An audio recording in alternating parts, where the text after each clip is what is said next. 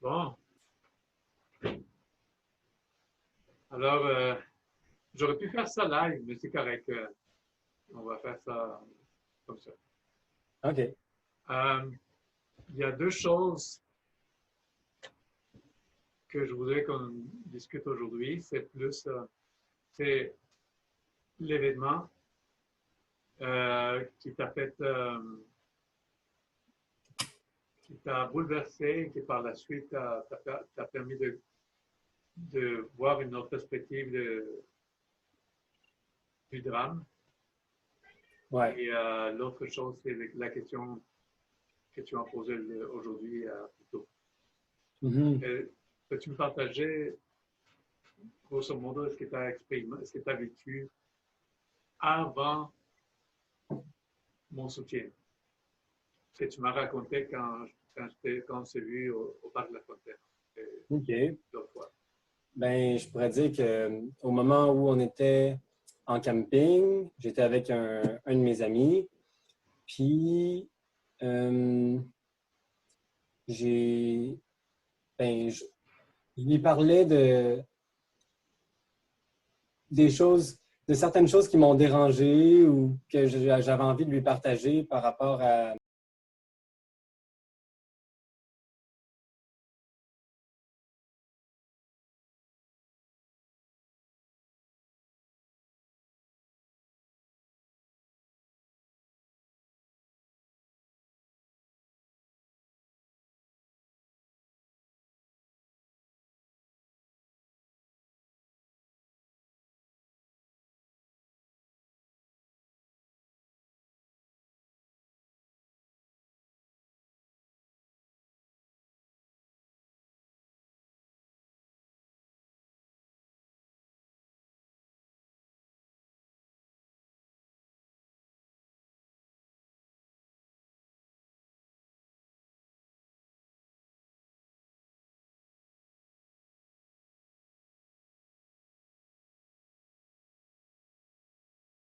Par exemple, ou tous les moments où je l'avais jugé, puis certains moments aussi où je considère que j'avais pas été honnête avec, avec ce que je crois pour Souviens-toi de vrai. le raconter le plus possible dans la perspective que tu avais avant la prise de conscience. OK. Mhm. OK, je vais essayer de me plonger là-dedans. Mhm. Ben, je me sentais un peu perdu parce que tout ce qu'il me disait, ben, c'est un- quand on parlait calmement, c'était bien, mais à un moment donné, il s'en venait vraiment plus intense dans sa discussion, puis il parlait de violence, puis comme quoi, lui était assis en arrière de l'auto, puis comme quoi il voyait dans mes yeux que j'avais envie de me battre ou que c'est ça, je n'étais pas capable de comprendre ce qu'il me disait, même si je lui répondais avec ce que je croyais comme être vrai, puis avec amour, mais lui, il me faisait vraiment peur dans sa façon de s'exprimer. Puis je sentais que j'étais vraiment en danger. Mhm. Puis même, j'ai craint pour ma mort. À un certain point, c'était vraiment intense ce qu'il me disait. Puis j'avais l'impression que si j'arrêtais sur le bord, qu'il allait vouloir se battre. Puis même, je craignais vraiment pour ma vie parce que j'avais pas envie de m'arrêter pour pas qu'il y ait la bagarre qui se passe. Et en même temps, quand je conduisais, ben, j'avais peur qu'il me frappe dans l'arrière de la voiture. Puis c'était vraiment, Perdre le contrôle de la voiture. ouais, perdre le contrôle. Puis j'étais avec Carmina aussi. Je craignais pour notre vie. Mhm. Puis c'est comme si j'avais vu la mort en face, là. J'ai vraiment senti que j'étais sur le bord de mourir, là. C'était vraiment une étape, une expérience assez, Douloureuse, pénible. ouais, horrible. Puis presque, je dirais que ça aurait pu être une expérience traumatisante, là. Mhm. Puis finalement, j'ai changé de chemin, puis on est allé à une place où il y avait des gens. Fait que je me sentais plus à l'aise de finir notre route par la suite parce qu'on le discours a changé, puis on a changé de conversation, puis j'avais juste hâte de le débarquer plus loin où on devait aller le porter. Puis finalement, le lendemain matin, on s'est rejoint à Montréal, au parc, puis il est revenu nous voir. Puis, Après, ah oui, mais tu ouais, m'avais déjà raconté un peu l'événement du soir avant. ouais, c'est Ouais. ça. Ça, c'était le soir avant. Puis le lendemain, tu veux que je parle encore du soir avant? Mhm. Non, non, non. Et je veux juste qu'on aille dans l'ordre chronologique. OK. Oui. Bon, c'est ça. L'expérience dans l'auto, c'était le soir. Mhm. Puis le lendemain, c'est là qu'on est allé au parc. OK. Puis qu'on se rencontrait, toi puis moi, en premier. Ouais, on s'est rencontrés en premier en train de manger. Et par la suite, euh, ben, je t'avais un peu parlé de la situation que j'avais vécue avec lui. Mhm. Mais un peu plus tard, autour de l'heure du souper, il est venu nous voir. Puis j'étais content de voir qu'il s'était acheté du linge, puis qu'il avait l'air plus. Puis, tu sais, c'est des choses que je lui avais partagées. Puis, je trouve qu'il y avait vraiment. Déjà, il s'était pris en main par rapport à ça. Puis, au même moment, quand on discutait, je sentais que la discussion, elle s'en allait dans la même. Dans le même. Qu'on avait un peu la même discussion qu'on avait eue la veille dans l'auto. Mhm. Puis, il a commencé à me montrer les choses qu'il venait juste d'acheter au magasin, son nouveau sac, puis un couteau aussi qu'il s'était acheté pour le camping. Puis moi, le fait de voir le couteau, que la veille, je m'étais dit, heureusement que je sais qu'il n'y a pas de couteau, puis qu'on est dans la voiture, puis qu'il n'y a rien de dangereux. Mais là, le jour d'après, je vois qu'il y a un couteau dans son sac.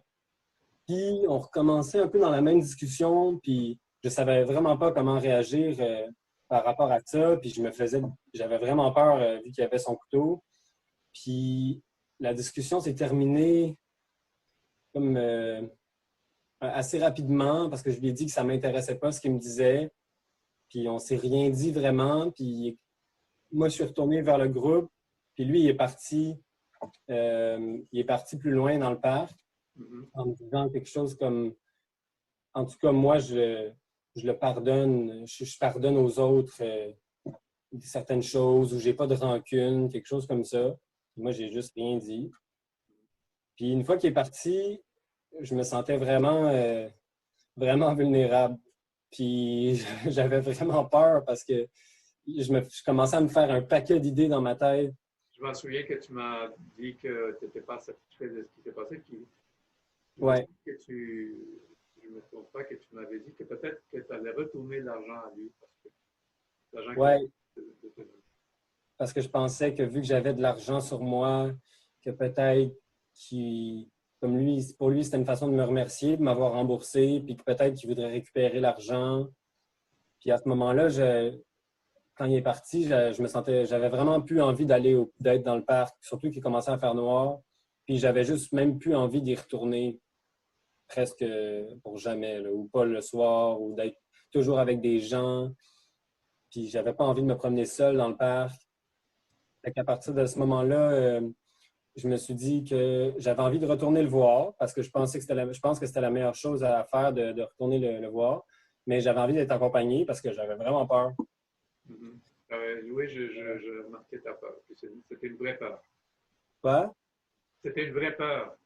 Ouais, ouais. Puis j'ai Ah, essayé de me respirer puis de reprendre mon courage, mais oui. Puis par la suite, sans aller, je veux juste te le dire avant que ce soit avant que ce soit le moment, que à un certain moment, quand j'ai été invité à prendre une médecine et qu'on ne va pas nommer, simplement, qui t'a permis de lâcher prise de la peur pendant quelques heures. Mhm. Mhm. Est-ce que je suis OK. dans le bon ordre? Est-ce que quoi? Est-ce que je suis dans le bon ordre? Oui, à peu près. Ben, c'est ça. À partir de ce moment-là, je me suis dit que je voulais être accompagné. Fait que je suis venu te voir juste pour qu'on aille lui parler. Mhm. Puis, on a discuté ensemble, puis on a choisi d'utiliser la médecine. j'étais d'accord avec ça. Puis c'est ça, c'est là qu'on est parti ensemble, puis on s'est dirigé pour aller chercher Maxime pour discuter un peu Oui, ensemble avant. après quand la routine avait pris effet, et là que tu étais vraiment beaucoup plus étendu, Ouais. mais ça a permis d'être prêt. Mhm. Ouais, c'est ça. Et à ce moment-là, je me sentais complètement honnête, puis j'avais pas peur. J'avais pas peur de m'exprimer, puis je me sentais pas je me sentais plus en danger à ce moment-là. Fait que ça a vraiment facilité ma tâche pour être honnête envers lui. C'est là où j'ai proposé, quand on l'a vu, j'ai proposé qu'on s'assoie dans le triangle pour en Mhm. discuter, puis que je puisse poser les questions à chacun de vous à son tour pour Ouais, trouver une solution au conflit. ouais. Et que chacun aussi exprime la vérité de façon discutable. Ah, c'est bon. Alors là, quand on a discuté ensemble, à ce moment-là, j'étais content parce que je pouvais discuter avec lui plus ouvertement, Mhm. puis être honnête, puis avouer que je l'avais jugé à certains moments. Ça m'a vraiment aidé à clarifier ce que j'avais envie de lui dire. Mais aussi, par moments, je sentais qu'on aurait pu retomber dans la même discussion qu'on avait là, où on ne se comprenait pas. Puis là, Mario, ben, tu nous as vraiment aidé à guider la discussion de sorte à ce qu'on puisse reconnaître chacun qu'on avait fait, puis sans accuser l'autre, à vraiment prendre responsabilité de ce qu'on vivait, puis de ce qu'on avait dit. Puis ça a été vraiment essentiel à ce moment-là, parce que je pense qu'on n'aurait pas réussi. Est-ce qu'on peut dire que c'était une grosse surprise? Oui, ouais, par la Même pour suite, moi. ouais. Ça a vraiment fait du bien. Ben, même pour moi, c'était une surprise parce que je savais que la souffrance que tu avais eue, ça avait rapport avec ta perspective subjective de la situation. Ouais. Et ne pas, et que ce n'était pas juste causé par l'autre. Dans ce Mhm. cas-là, si on voyait la situation du vendredi soir comme un drame, il y avait un qui était le bourreau pour toi il était le bourreau, et toi tu étais la victime. Mhm. Et moi, j'aurais pu être le sauveur dans le triangle dramatique, mais comme je Mhm. ne voulais pas embarquer dans le triangle dramatique et je voulais que ce soit un triangle gagnant, ce qui est quelque chose sur lequel je développe tout un cours, euh, j'ai choisi de t'accompagner, non pas en te donnant raison à tout, mais en posant les bonnes questions à chacun de vous. Euh, parce que je ne t'ai pas pris comme victime. Je savais que tu étais victime de tes pensées. Mhm. Parce que nous sommes tous victimes de nos pensées après nous.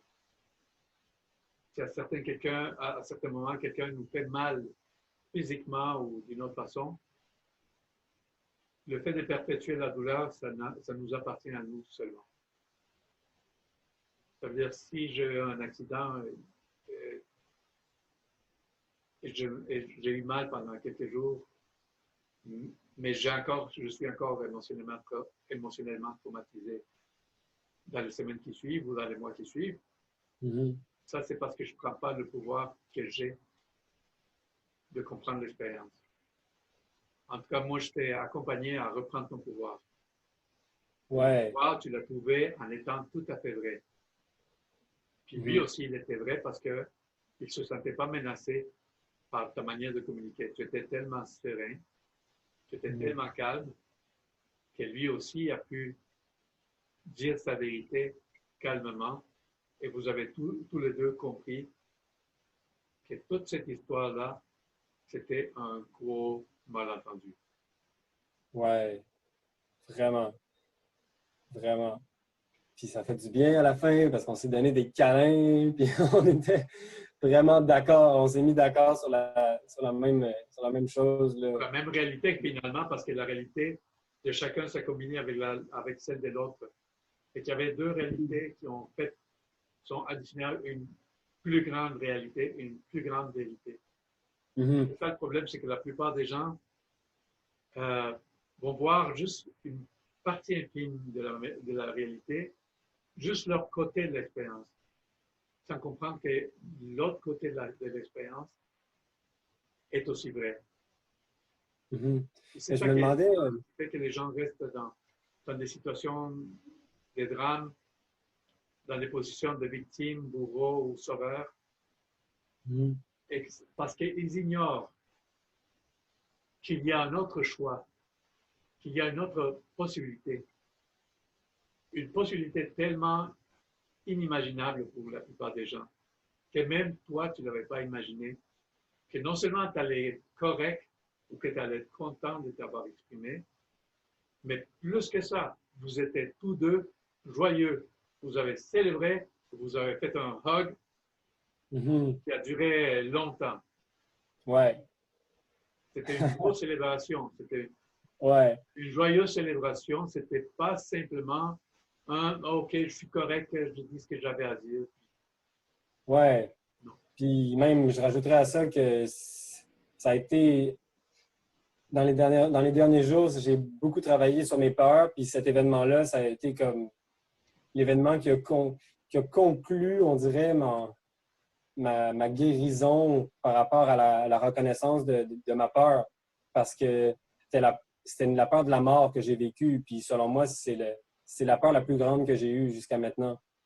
Puis le fait de reconnaître ça, ça, ça a complètement changé ma vie là, dans les derniers jours. Là. Vraiment.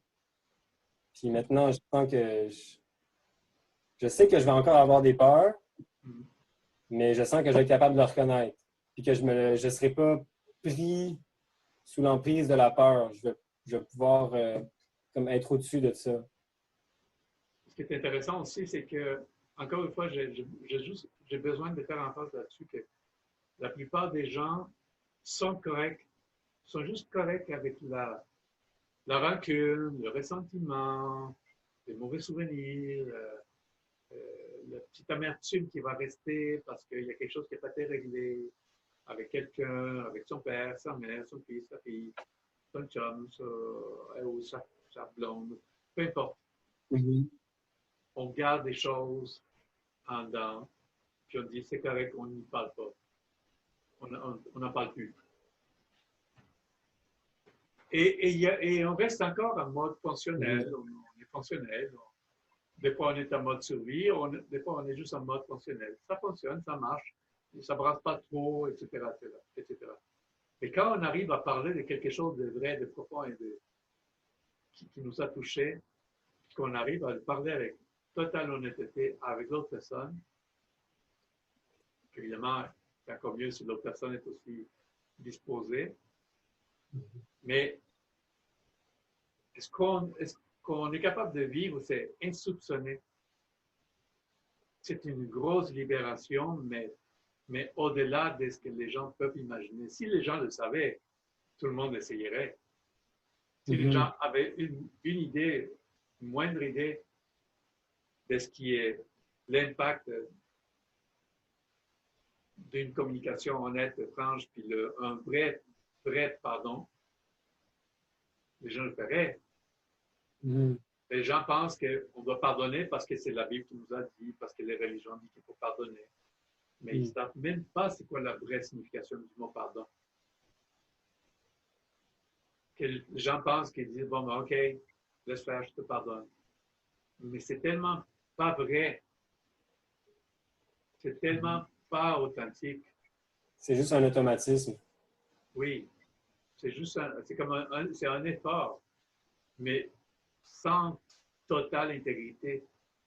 Mais évidemment que dans l'état d'âme où tu étais et avec la guidance, tu étais 100% authentique, 100% comme vrai.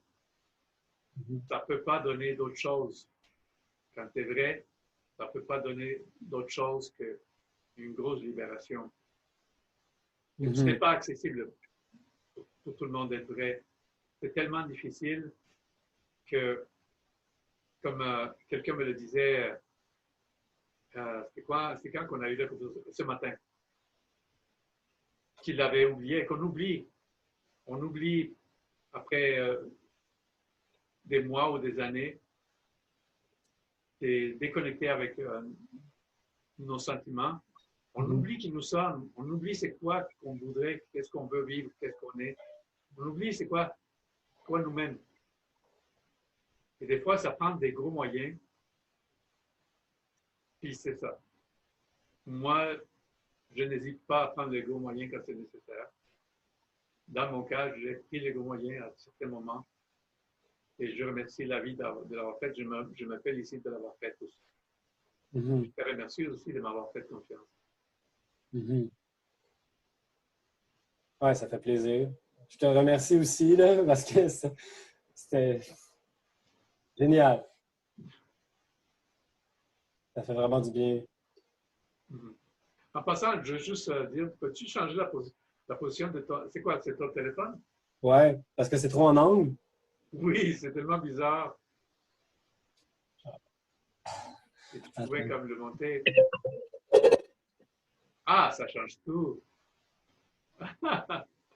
En fait, normalement, on le met un peu plus au-dessus de la tête. Mais Ah ouais, hein? oui, ça fait plus de... On a l'air plus proportionnel. Déjà que je suis pas très promotionnel. Oui, parce que tu avais un cou comme extrêmement long. Tu l'as déjà assez long, mais Ah, c'est pas grave là, dans le vidéo. Est-ce que c'est un peu mieux comme ça? c'est un peu mieux. Ben, Mais j'ai un coup long. ouais, c'est ça. L'autre question, en tout cas, oui, tu m'avais posé une autre question par rapport à ce que tu avais vécu Oui, avec. ben c'est ça. En fait, j'ai vécu une situation moins intense, mais avec une de mes amies où on discutait des relations qu'elle avait eues dans le passé. Puis, c'était comme un conflit qu'elle avait en elle ou une genre de problématique par rapport à cette situation-là. Puis, tout le long, je me disais que je pouvais l'aider dans cette situation-là, puis qu'il y avait quelque chose à régler. Puis, ben, parfois, c'est ça. C'est là que ma question, ça s'en vient par rapport à ça. C'est que parfois, j'ai l'impression que je peux aider les gens ou les guider ou juste leur discuter avec eux, puis ça les aide. Ça va arriver, ça va arriver, ça va arriver. Ça s'en vient. Ça s'en vient. Mais dans cette situation-là en particulier, il y a un point où j'ai commencé à lui dire comme que c'était un problème, puis je lui demandais comment elle se sentait par rapport à ça, puis je me disais qu'il y avait quelque chose qui tournait pas rond. Puis c'est comme si ça m'est venu en tête de lui parler du système de bourreau, sauveur, victime. Puis j'ai commencé à lui dire, est-ce que tu connais ce système-là? Puis c'est un système où il y a un bourreau, une victime, puis un sauveur. Puis en fait, quand il y a la victime, ben, c'est une personne qui se crée victime ou quelqu'un qui se crée sauveur, qui devient le sauveur. Puis là, je me suis dit, ah, mais attends, là, dans cette situation-là, j'ai dit, est-ce que tu sens qu'il y a un problème par rapport à ça? Elle m'a dit, ben non, moi, je me sens bien.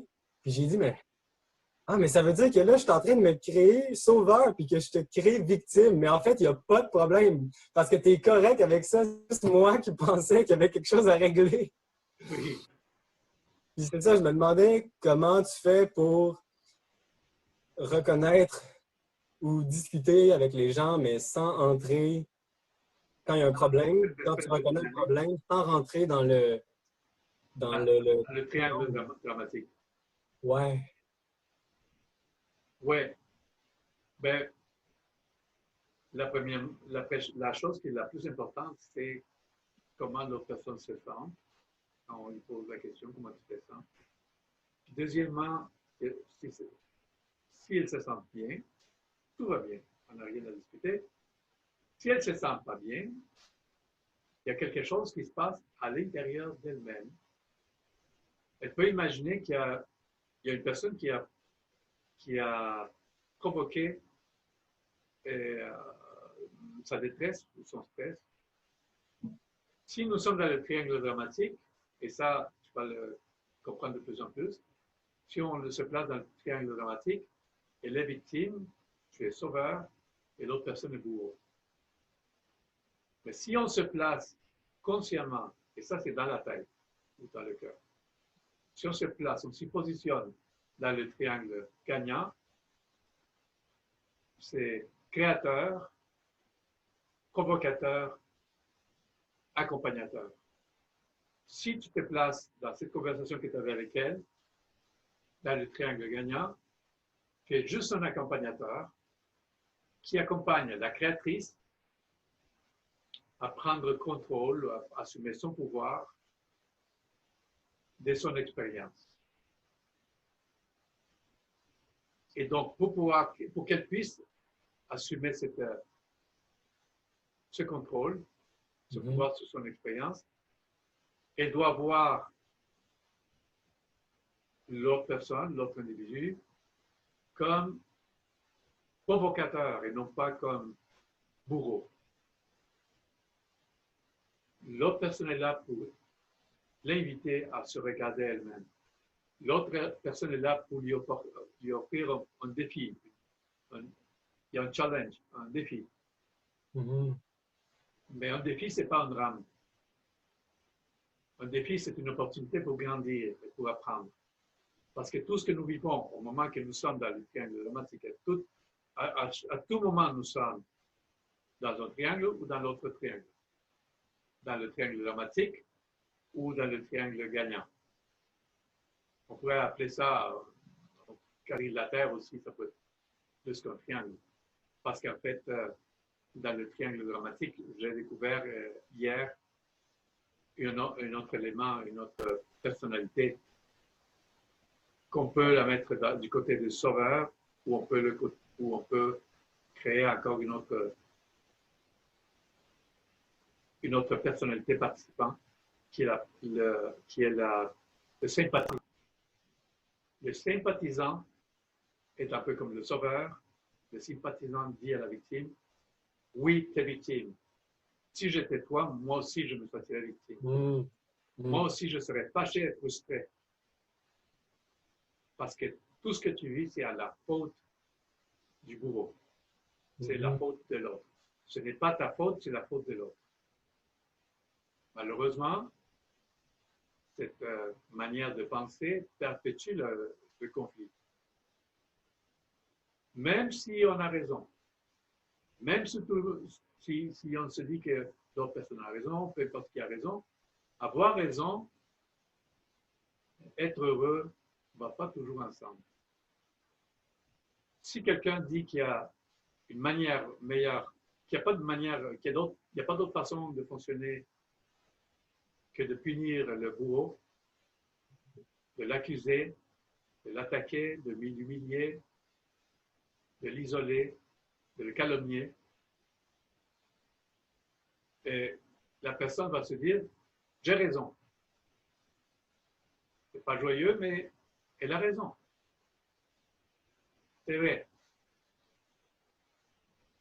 L'autre personne mérite d'être punie.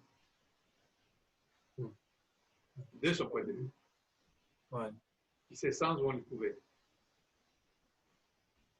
Mais si on regarde les choses d'une autre perspective, parce qu'en passant, ce choix-là n'est pas joyeux, n'est pas guérisseur, c'est juste un soulagement, c'est juste une espèce de défoulement, une violence intérieure qui ne finira jamais par guérir.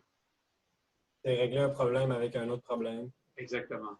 C'est ce qui se passe, mais malheureusement, dans un monde matérialiste, on n'imagine même pas qu'il y a une autre possibilité. Mais il y a une autre possibilité. L'autre possibilité, c'est une vraie empuissancement où la personne qui a subi un geste quelconque, une agression, une humiliation, peu importe, elle reprend son pouvoir et en reprenant son pouvoir, le pouvoir se trouve dans la paix, dans le récentrage. Puis, les gens vont dire, mais non, mais je ne peux pas être en paix avant que telle ou telle chose arrive.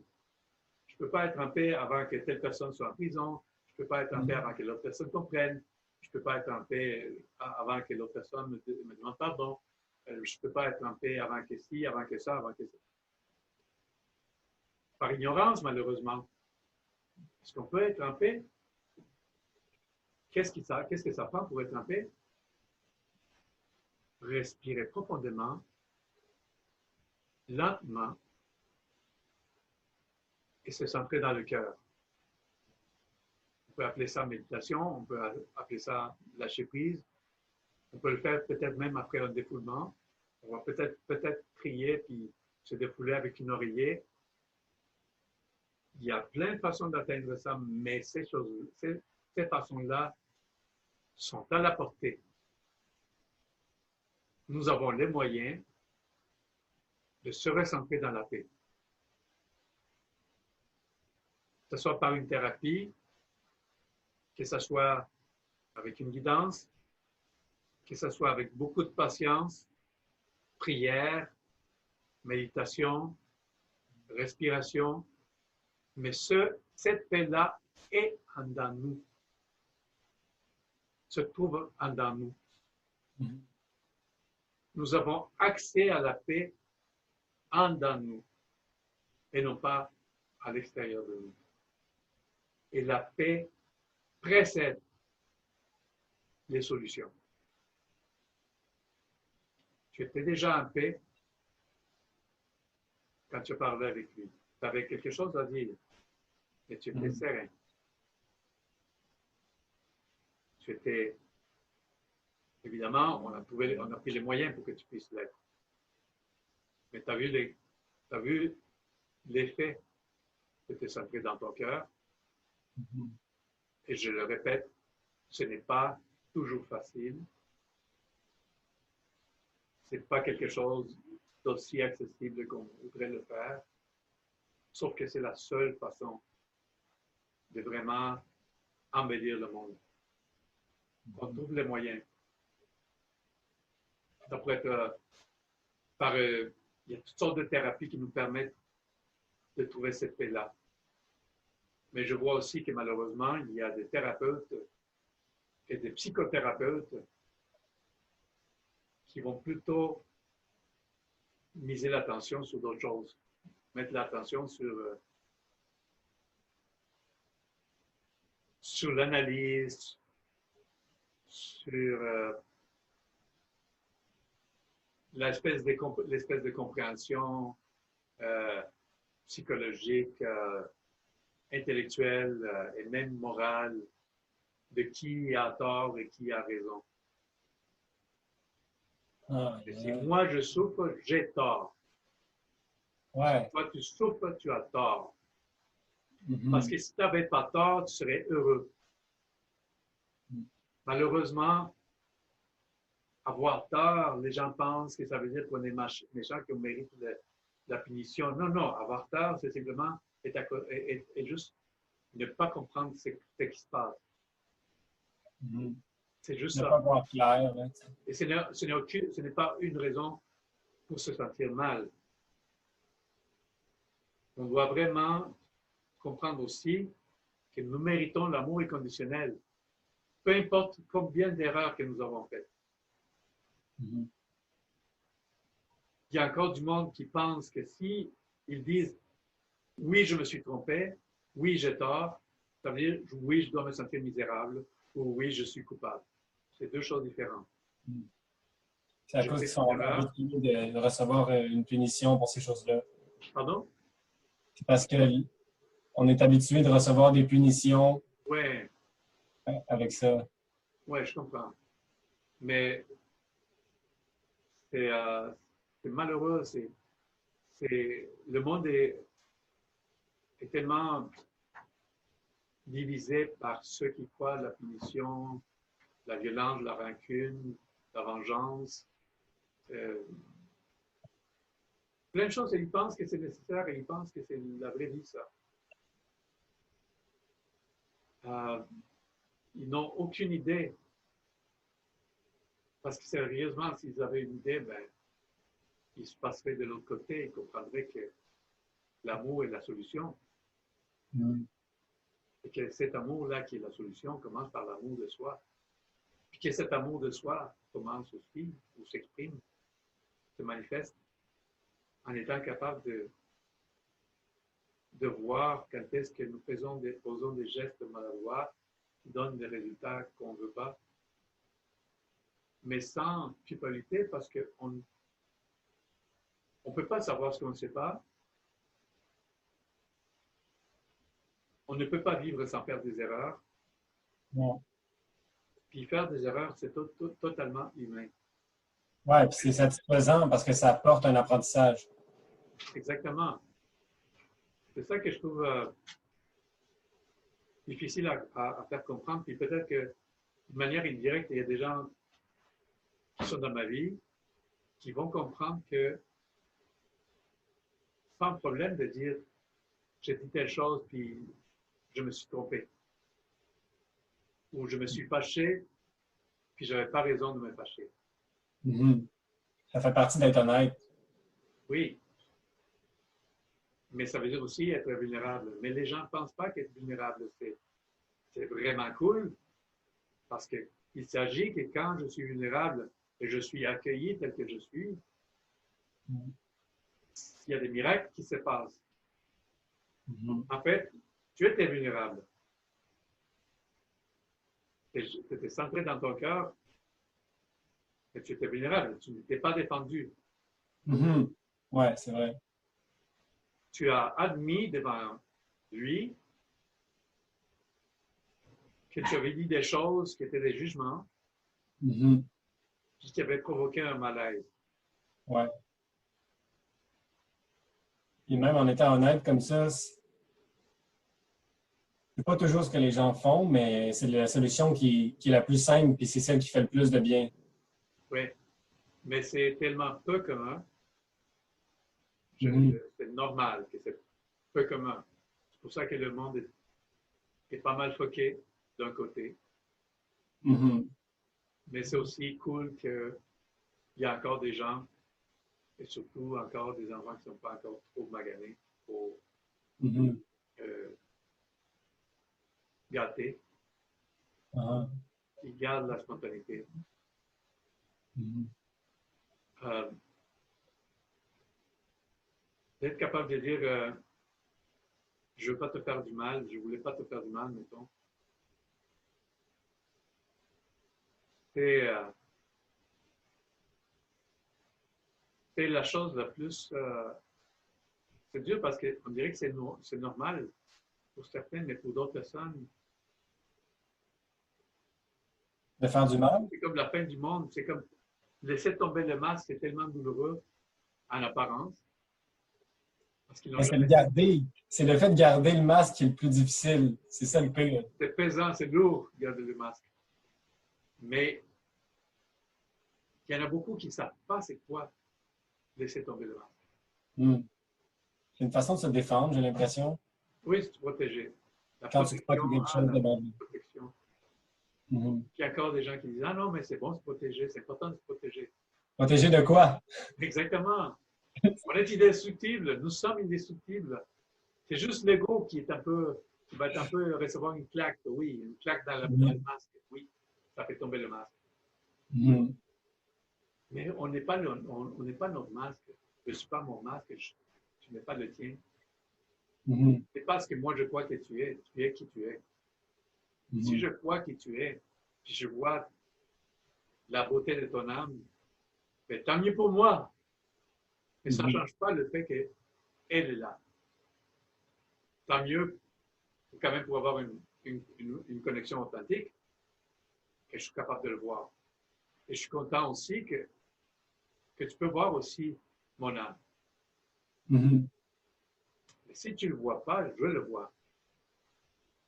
Il y a Ah non, quelqu'un qui va le voir. c'est sûr que je le vois. Mais je vois aussi comment je me sens face à toi. C'est pas mal ça. On se sent qu'on peut être nous-mêmes. Ouais. Ouais. Ce n'est pas... C'est plaisant, ça fait du bien, on apprend, puis c'est pas difficile. Ça se passe tout seul. Ouais.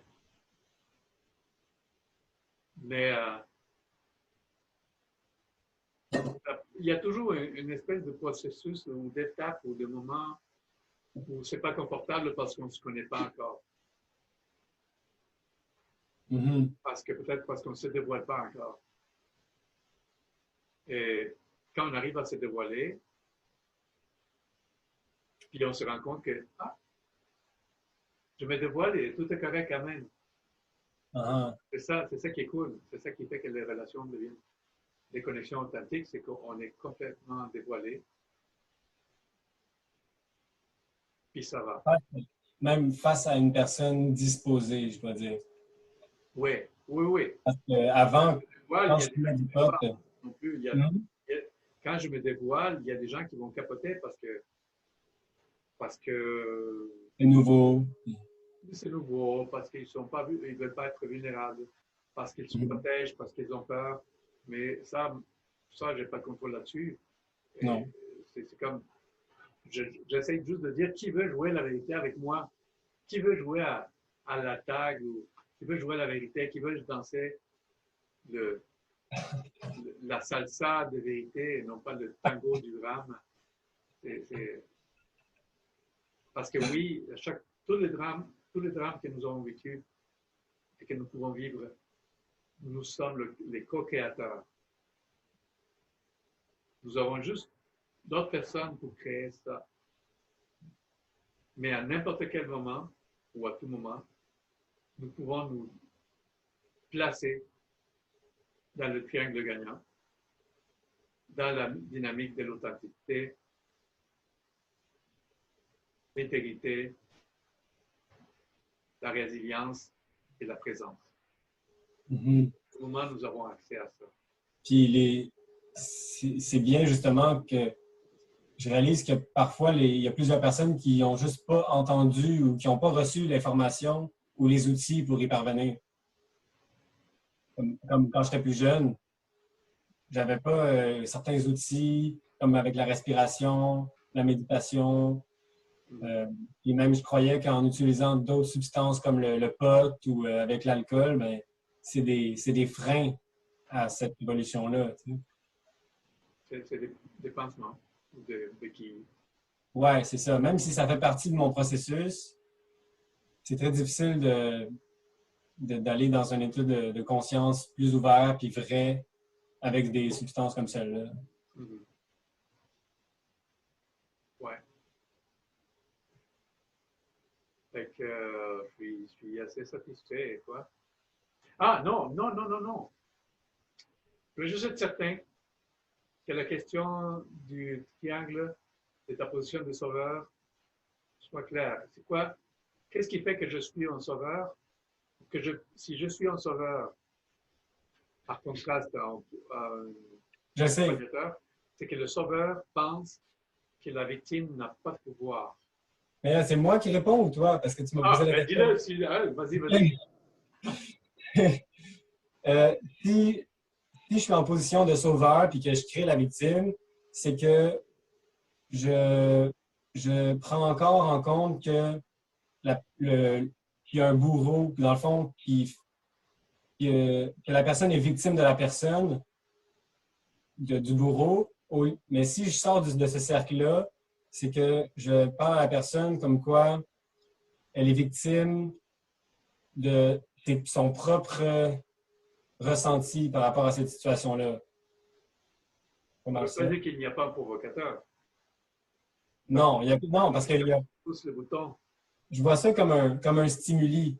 On reçoit plein de stimuli, puis ça nous fait réagir de plein de façons. Ça me fait réagir de plein de façons. Mais si ça me fait sentir pas bien, ben c'est moi que ça fait sentir pas bien, puis c'est en mon pouvoir de le reconnaître, puis de le laisser aller, cette chose-là. Mais dans la situation que tu as vécue, que nous avons résolue dans le parc, tu étais victime et lui, il était provocateur pour toi. Mais pour lui, il était victime et tu étais provocateur. Ouais. Il avait peur aussi que tu le mettes dehors. Il avait peur que tu sois agressif aussi. Ouais. C'est bizarre. Hein? Je ne sais pas d'où ça vient. Mais je réalise que les deux, on imaginait ça. Tu sais, chacun de notre côté. Oui. Il m'a même dit, puis j'étais pas capable de le reconnaître parce que je reconnaissais pas que j'avais quelque chose à avoir là-dedans. Il m'a même dit à un moment donné, c'est nous deux égales de chaque côté qui crée cette chose-là. Puis moi, j'étais comme, non, moi, j'ai rien à voir là-dedans. C'est complètement ton problème, puis moi, ça me fait peur. Mais c'était vrai, puis c'est ça. Le fait de revenir dans mon cœur, ça m'a permis de reconnaître ça. Ça fait du bien. Tabarouette. Et il y a un potentiel de guérison pour tellement des gens. C'est comme des millions de personnes des milliards de personnes Ouais. qui sont victimes. Mais qui sont victimes pas juste des événements, mais de leurs pensées. Victimes de leurs émotions qui se perpétuent dans le temps, qui continuent après des années, après des mois, des années, ou même des décennies d'un événement douloureux. Ils continuent à avoir mal. Non pas parce qu'ils sont méchants ni irresponsables, mais malheureusement parce que dans ces sociétés, on ne prend pas les solutions. La plupart des gens ignorent les solutions. Moi, j'aimerais ça. Moi, je veux apporter des solutions. C'est ça que on dirait que la vie m'appelle à faire, c'est d'apporter des solutions. Mais quand j'apporte les solutions, mais elles ne sont pas ce que les gens s'imaginent. Mm-hmm. Elles, La société trouve des solutions, mais c'est les solutions qui vont rapporter le plus d'argent.